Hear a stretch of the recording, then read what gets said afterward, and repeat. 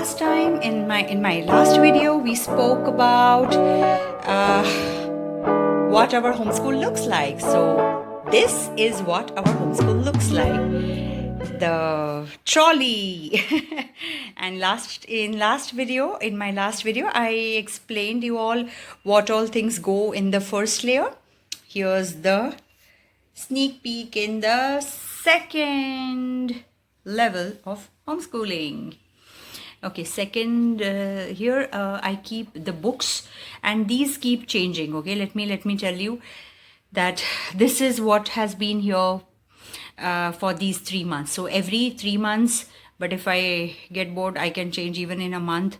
If my son has finished reading this or doesn't find it interesting, I change it and shuffle it. So basically it just depends on our mood when we want to change it. So yeah, the power vests in us.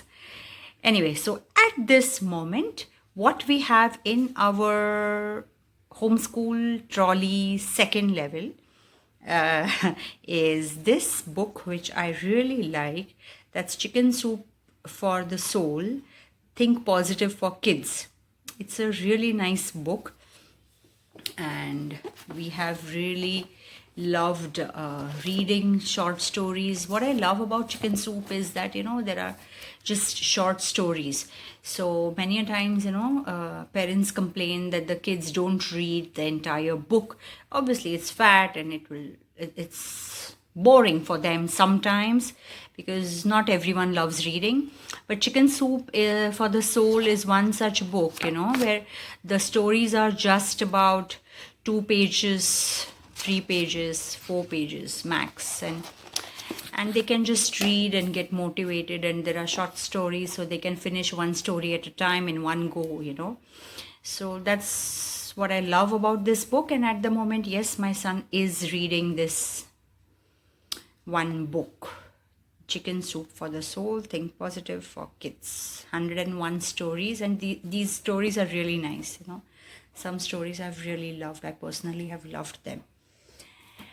Moving on. Okay, the next book, this is my son's super duper favorite, Stephen Hawking books. In fact, we have a massive collection, and at the moment he's reading this book, and everything you need to travel through space and time, everything you need to know about the universe comes here inside this book. And yeah, so that's about what we are reading. Oopsie, I'll pick it up. Okay, so this is what we are reading at the moment, and there are many questions, and it's a beautiful book which answers a lot of things about universe. In fact, it has become like our geography cum physics book, because it's a mini geography and mini physics book, definitely for us. I think you must get it for your kids too. And I'm gonna pause the video for a minute. I think I dropped some books on that side. Give me a minute, and I'm back. So this is the book that I dropped. It's a children's history of India book. This is basically our history book. What I love about this book is, it has nice maps which kind of helps the kids to visualize. Again, the markers, you can see my son has marked, so we come to know what he has read and which page are we on, plus what he has understood or what he has not, or he has found out the meaning, or even he writes, Google Brahmi script is what he has written. So maybe he wanted to Google it and find out more what it is about, or he's marked some things here. A civilization begins when people start living in cities and they no longer survive only by agriculture. Wow. So this is the book, and that's how we study basically. So this is our can you call it the official history textbook for us for this year? Maybe. So this is basically, I love this book, and so we are just reading, and my son has also loved this book. So it's nice, and in simple language, basically they have made them understand a lot of things. So yeah, this is what we are using for history. Okay, moving ahead. Yeah, this is what my son really likes, the essential UN, and he's really interested in the United Nations and how it works. So this is just a guide to United Nations, how it was formed, what does it basically do, what are your rights. Again, in this book you can see he has marked certain things with the marker, and that's the beauty of this trolley, you know, because you pick up the book, there are markers, there are post-its, there are pens and notes, notepads, so you can just take out some notes and find out the information. You don't have to wait for long. So you can also see some, you know, page tags that he has put. I think this really helps. That's about the United Nations. And yeah, this is one science book which I've really liked. It's a nice simple book, not very expensive book. I had picked it up a couple of years back, I think. It has nice experiments, so science alive, and it's a good combination of a lot of things here. And we are using this book for science, not just science like science textbook, but more like, you know, when we want to do also some experiments or something, you know, because he loves to do experiments. And again, here you can see the markers, and he loves marking things, and so that he never forgets. And again, here global warming, and he's put up some point here, find more on global warming. Yeah, so I think, you know, that's how we study basically. Moving ahead, this is our English literature book. We have chosen Journey to the Center of Earth by Jules Verne. This is obviously the abridged version, so I wanted him to read the abridged version first. Then we decided that we will move ahead with the classic, because every time I want him to, no matter how small he is still, I would want him to read the classics, definitely. And yeah, but then at this moment the simple language really helps, and this is kind of the textbook that we have chosen at the moment, Journey to the Center of the Earth. And here you can see some notepads.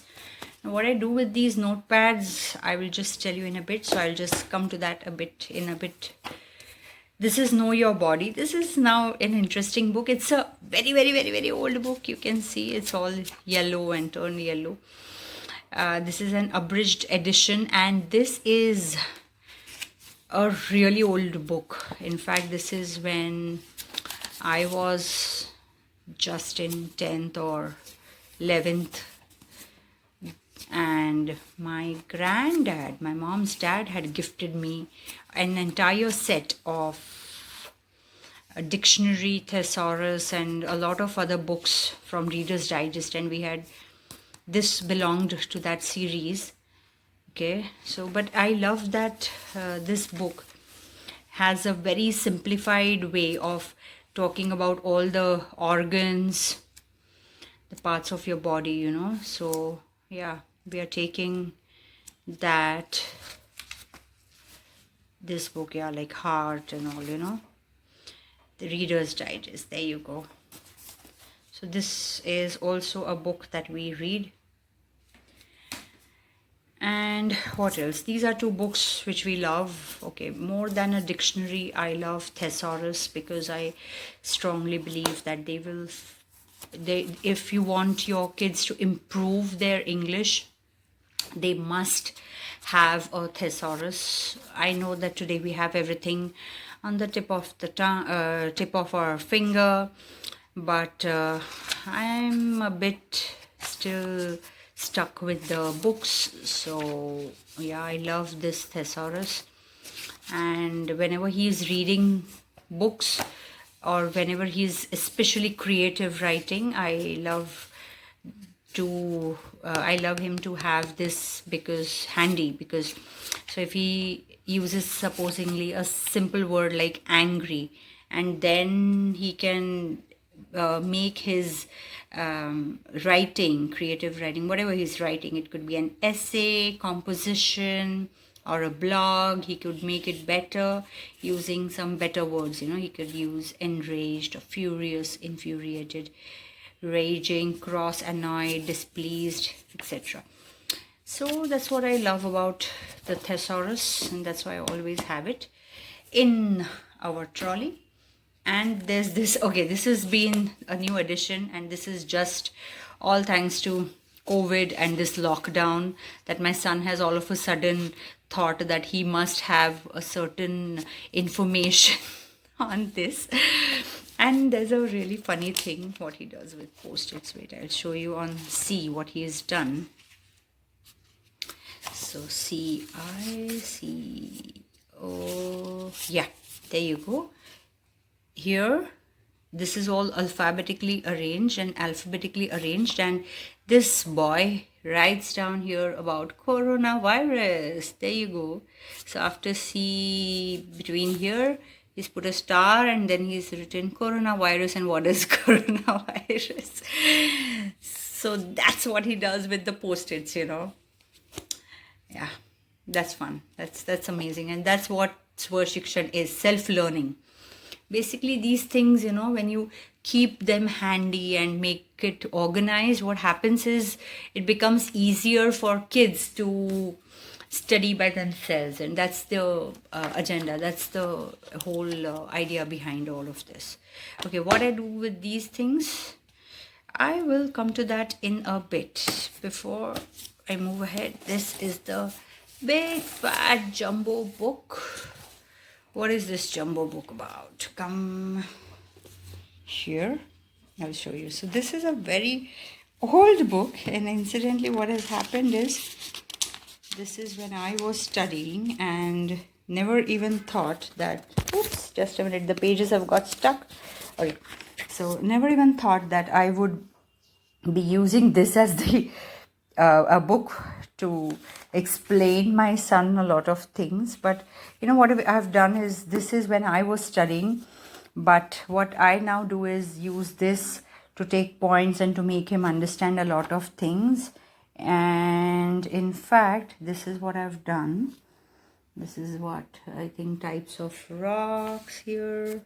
Oops, can you see it? I think the pen is too shiny, or the paper is too whatever. Yeah, now I think you can see. Types of rocks. There you go.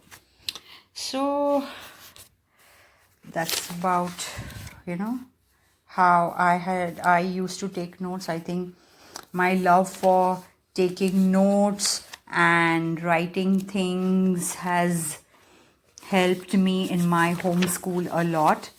And this is crops, and we have studied crops a lot, because I feel that food and agriculture is extremely important for kids to know, because in the want of, that the kids should know about the universe, and in the want of knowing everything about the world, we many a times miss out on the simplest of the things, like the crops, the agriculture, and simple things. So yeah, this is what I tried. Then mangroves is here, biosphere reserves, hydraulic structures, and other monuments, and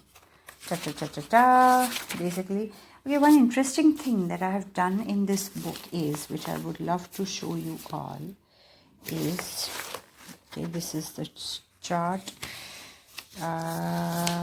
Okay, no, just a minute, I'll show you something really interesting, and that is,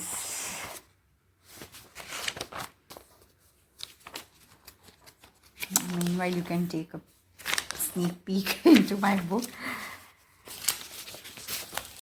Yeah, so what I have done here is,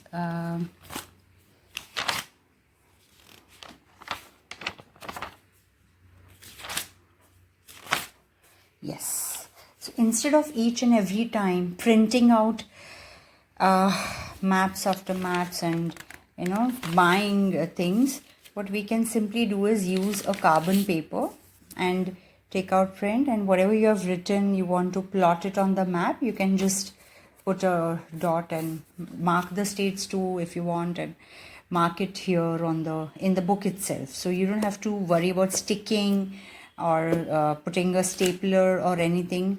Simply just take a carbon paper, put the original map, and then just draw it. And in fact your kids will get used to drawing to the the map, so they'll get a good practice. You will get a map in your book, and it becomes easy to plot things. And I like him to plot things. It kind of helps him to he doesn't have to memorize, then. Okay, so that's about geography. Coming back, what I do with these. Okay, so when we are doing maths, I don't like to take these really big fat notebooks or books. Instead, what I like is this. What happens is we can just solve the sum, and if it is going to take the entire page, then you're done with that thing. You turn it and you write on the back side. So basically, the work is clean, plus you don't waste a lot of lines or pages, because what happens otherwise in the bigger books is that the kids many a times just leave out what is underneath. So that's basically the idea behind these small work pads, and especially for mathematics I use it. I will show you the maths folder. So again, we don't believe in wasting pages too. So this is not A4 size but A5 size, which is smaller, and you can see in here that he has solved the sums on this. A lot of his work is in here. We have to yet file it. I think my file is not open. Stop. Yeah, there you go. Now you can see. So the work can be done and neatly, plus everything can be written, and you don't need a lot of pages, big pages, and it's easy to handle, easy to check and reference. So this is basically our math folder. And what else do I have in my trolley here? Okay, this is the grammar book, which is actually for older kids, but there are simple things, like the noun, pronoun, adjective, and what it is. So I like to explain from this. Or even better, I prefer the Wren & Martin, my old Wren & Martin, which I used in my school when I was studying. I still use it for my son. So either that or this is what we use. Then moving ahead. Okay, this is an interesting book that I've recently found. It's Speed, Ratio and Proportion, and it's for age 10 plus. So what I like is, in very simple way they have explained the terms to solve word problems, especially for speed and ratio and proportion. And yeah, we are loving it. So it's published by Kumon, but it's a really nice workbook. I had ordered from Amazon, I think so. So you can see if you like it. And this is some grammar book, grammar and vocabulary basically. So it's a very simple book, but what I love about this book is, it focuses a lot on prepositions, and many a times I've seen even the older kids, they make a lot of mistakes with prepositions or the words, So I like this book a lot. In fact, we have already used it. We are about to finish it. I think just about one last segment left in this book to solve. Moving ahead. Okay, this is a book I highly recommend. 180 Days of Language. This is for 6th grade. The beauty of this book is, so basically what we are going to do is, after this book, we are going to move on to this. Reason being, What I like is they focus on a lot of punctuation marks and things, and how to use this book. They have given like a sample student like questions, and how many correct and whatever, day 1, day 2, and you have to just solve 1 page a day. It's like a ready-made curriculum sorts. So though if he's in mood, he solves 1 page a day. If he is not in the mood, he won't solve it. If he's in like really good mood, he might solve like 10 pages. But no, so basically we try to stick to just 1 page a day, making it like a ritual, like a regime, and it focuses on punctuation and parts of speech. And this is my most favorite book. Don't ask me the name because I do not know it. I had picked it up from a roadside vendor, and this book has no name, no shame. It was all torn. I finally got it done all together. It's like a history of languages, and it has nice, small short exercises. Oops, what's happened with my camera here? Okay, short exercises and good texts here. So my son again has made some points. A language evolves, and Vikings, and copy, and see, imitation. What does imitation mean? Copy or mimic. More words for that. That's how we use the workbook. So yeah, and looks like this is like a really old book, but I don't know if you could find it anywhere, and I really don't know the name because it's not written anywhere. So yeah, that's about it, what we have in the second layer of our homeschool trolley book. Let me put all the books back because my son likes everything organized, and he'll be really upset if I mess it up. And let me just, okay, there you go, okay, cool. I think I'll put the remaining things later on. Okay, so that's about the second layer, and I'll stop this video here, and in my next video I'm going to give you a tour of my third layer, what is here in this trolley. Okay, till then, bye.